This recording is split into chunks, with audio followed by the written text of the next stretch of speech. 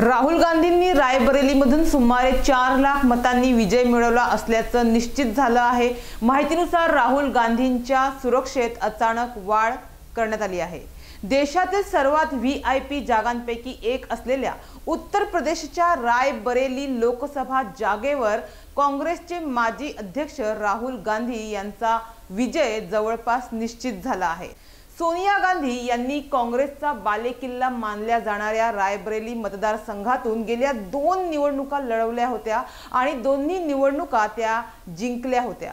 राहुल गांधी तर पहिल्यांदाच येथून निवडणूक लढले होते। या जागेसाठी 5व्या टप्प्यात 20 मे रोजी मतदान झाले। उत्तर प्रदेशातील रायबरेली मतदारसंघातून मोठ्या आघाडीसह काँग्रेसचे नेते राहुल गांधी विजयाकडे वाटचाल करत आहेत। मात्र निवडणूक निकालापूर्वीच भारतीय जनता पक्षाचे उमेदवार दिनेश प्रताप सिंह यांनी या जागेवर आपला पराभव स्वीकारला आहे।